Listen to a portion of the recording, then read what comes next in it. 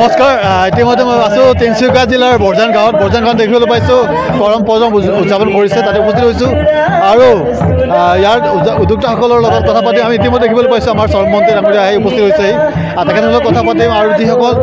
কৰ্মকৰ্তা আছে উদ্যোক্তা আছে তেখেতৰ লগত কথা পাতি জনাব যত্ন কৰিম আহক বৰজান গাঁৱৰ পৰম পূজাৰ বিষয়ে কিছু জনাব যত্ন কৰিম তেখেতলোকৰ কৰম আখৰাত উপস্থিত হৈছোঁ তাৰে পৰা সবিশেষ জনাব যত্ন কৰিম আজি আমাৰ খুবেই আনন্দিত আৰু আমি একাদশী শুক্লপক্ষৰ আজি দ্বিতীয় বাৰ্ষিক কৰম সন্মিলন পাতিলোঁ আৰু তাতে আমাৰ উপস্থিত হৈছিলে সঞ্জয় কিষাণ ডাঙৰীয়া আৰু আমি খুব আনন্দিত হৈছোঁ আৰু বৰ্তমান আমাৰ আখৰা চলি আছে আৰু তাতে আমি সমূহ ৰাজ্যক কৰম পৰৱৰ কাৰণে আমি তেখেতসকলক শুভেচ্ছা জনাইছোঁ লগতে আমাৰ যেনেকৈ হ'লেও আমি ভিতৰ গাঁও হ'লেও আমি যেনেকৈ তৃতীয় বাৰ্ষিক কৰম আজি সন্মিলন পাতিলোঁ আৰু তাতে আমি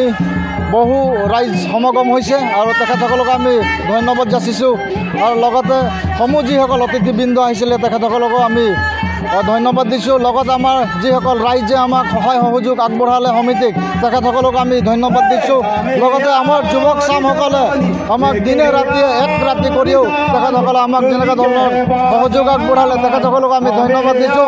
আৰু কৰম পৰৱত যিসকল আখৰাত আহিছে তেখেতসকলক ধন্যবাদ দি মই ইয়াতে সময়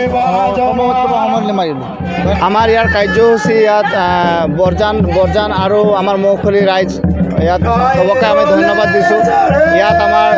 বৰজান মৌখুলী গাঁৱৰ যি ৰাইজসমূহ যি আমাৰ উদযাপন সমিতি বিষয়ববীয়াহঁতে ইয়াত বহুত আমাক সহায় সহযোগিতা আগবঢ়াইছে আৰু সেই গতিকে আমি ইয়াত কৰম পূজাখন অতি ধুনীয়াকৈ আয়োজন কৰিব পাৰিছোঁ আৰু ইয়াৰ পাছতে আমাৰ বহুতখিনি ইয়াত ৰাইজ উপস্থিত হৈছে সেই ৰাইজৰ বিনিময় সহযোগত আমি সকলোতে নাচি বাগি উৎফুল্লিত হ'ম বুলি আমি চবকে আনন্দিত কৰিম বুলি আশা কৰিছোঁ আৰু আমাৰ ইয়াত বৰজান মৌখুলী গাঁৱত আমাৰ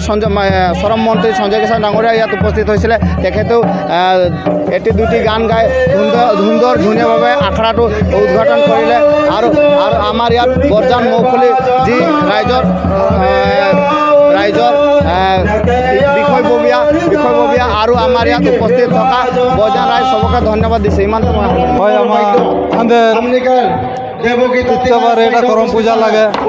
আর এর আগত দুবার করে ওটা বহুত ভালসে গেলে কিন্তু এবারও বহুত ভালসে হানি করমটাকে পার করে এইটা হাঁদের একটা করম পূজা হাঁদের একটা পরম্পরাগত লাগে হানি এই বস্তুটাকে হানি হামেশা জায়গাকে বলকা হানি সই চাহে আর হাঁদের ইয়ে অকল নহয় হাঁদের গোটা আসাম টানে যদি হাঁদের আদিবাসী সব এরকম করম পূজা করতে গেলে হাঁদের মেজরিটিটা একেবারে একত্ৰিতভাৱে হৈকে ৰহি বলকে মই ভাৱনা